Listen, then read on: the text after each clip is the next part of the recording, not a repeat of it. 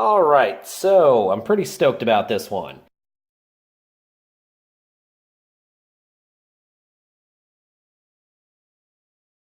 I came across a listing for Chip 'n Dale Rescue Rangers 2 on NES on eBay, and it was listed as non-working.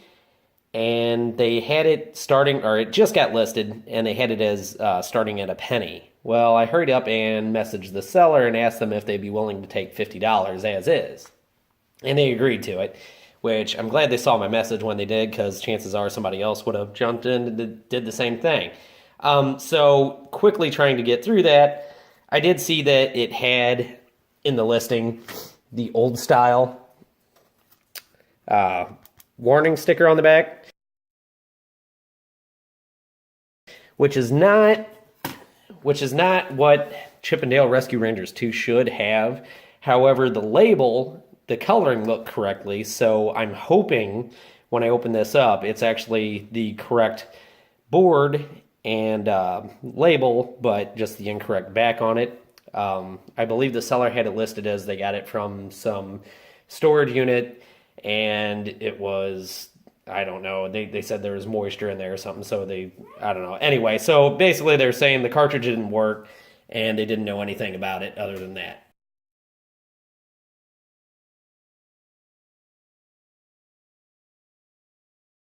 So I'm hoping it's legitimate. It's just had a switch back on it, and it came from possibly a collector at one point. But yeah, I'm gonna open it now. I have literally no idea what this is gonna end up being. I did write down the CHR ROM number on this, so I will know if it's actually Chip 'n Dale Rescue Rangers 2. For all I know, this could actually just be a box of rocks in here. But I hope not. All right. And that was something else that's kind of cool too that I didn't expect. This guy or woman, whoever, that I bought this from only lived a few towns away, which I almost consider just coming over and picking it up from them. But I decided to not do that and just have them ship it to me just in case this isn't legitimate. And that way I could send it back. It's cool, they put it in a hard case, nice. But yeah, so the label looks correct. Like nothing stands out to me that this is a fake label. So that's good. That's really cool. But as you'll see on the back side, that's the old style caution sticker. The newer style, or the later release style, has a smaller font. But yeah, I'm hoping somebody just swapped out the backs, because I'm not too concerned about that. Since I do repairs all the time, I'm not too worried about being able to fix this, because I'm sure I'll be able to do it. But yeah, let's see what we got. Ooh boy. Yeah, they really tried to work on it, didn't they? They really scrubbed on those. Okay, so let's see. It's an SL-ROM. What do we got here? Yes, DV RP23 10 39D. Yep, this is legitimate Chip 'n Dale Rescue Rangers 2. That's awesome. So yeah, I got this for $50. I'm gonna work on it. I don't expect it to work right out of the box, because I'm guessing somebody thought just going to town on the contacts like that was gonna be good enough. Clearly was not. So yeah, I'm gonna work on this, and I will be back. Alright, so I'm lightly just going to go over it with, I already put some alcohol on this, and it's a magic eraser. Just going to clean up the crap that's already kind of sitting on there, just to kind of see what we got. Now that's interesting. That should say Nintendo. I don't know what they got going on there.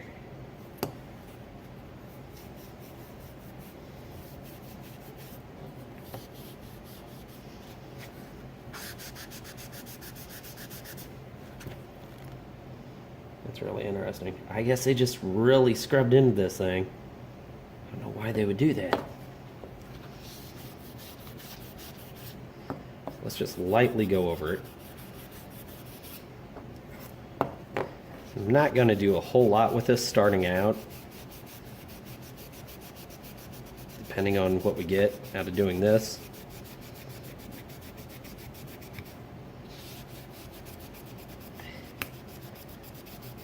Yeah, I'm really curious as to what they decide to clean it with. A Brillo pad?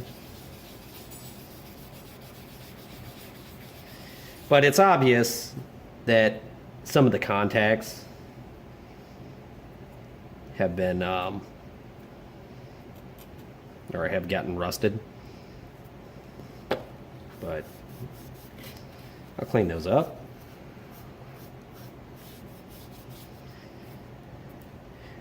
If it really comes down to it, I could actually take the ROMs off of here and then put them on another SL-ROM board, but I'm going to try to keep away from doing that if possible. Try to just fix the board itself. But if that's not the case, it's not too big of a deal to find a donor board.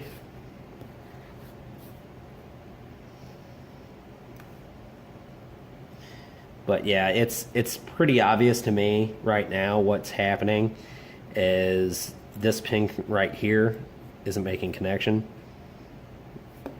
And I can probably show that pretty quick here. Go ahead and take my multimeter. I'm just really stoked that this is a legitimate thing.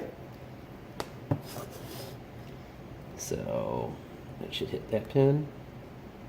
And yeah, notice how that makes sound, and this should make sound, and it does not. Okay, so that's a telltale sign that this is not making a connection. So we'll go to another pin just to see. Where's that one? That one is also not making a connection. How about this one? That one is also not making connection.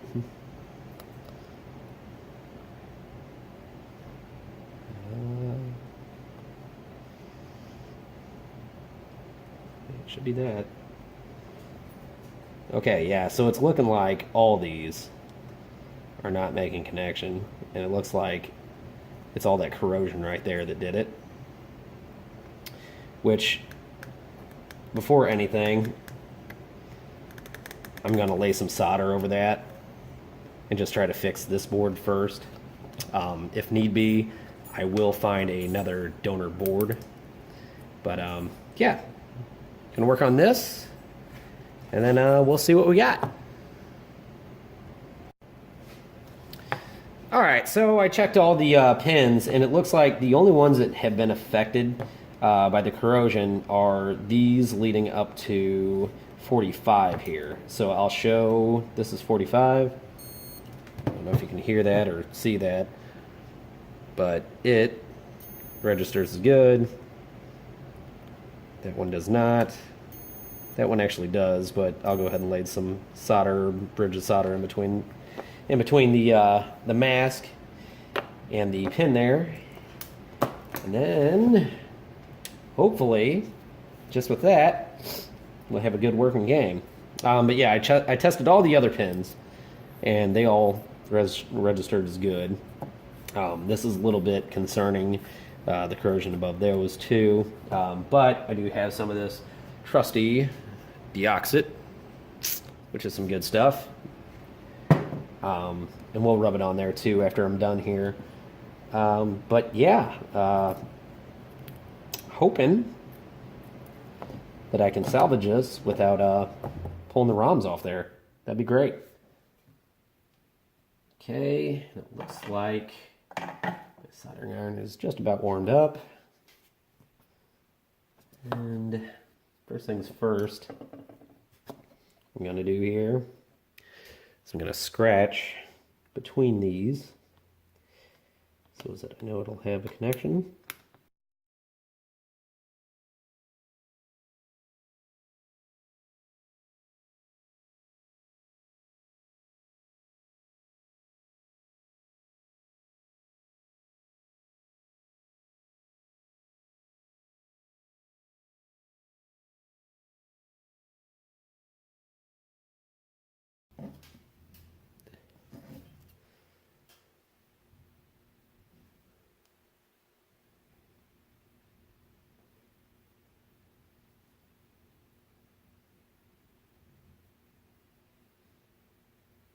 All right, now time to test those bridges I just made.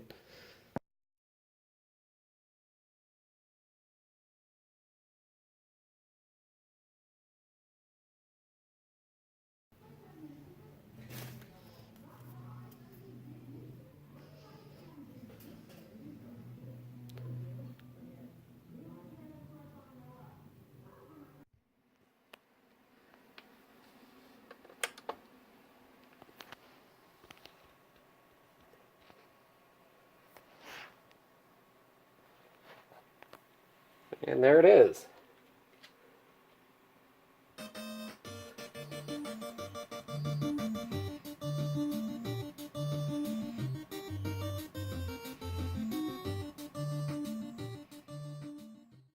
So while bridging the connections on the original board did end up working, I wasn't very happy with how it looked. So I did end up using a donor board and then putting the ROMs on that, and as you can see here.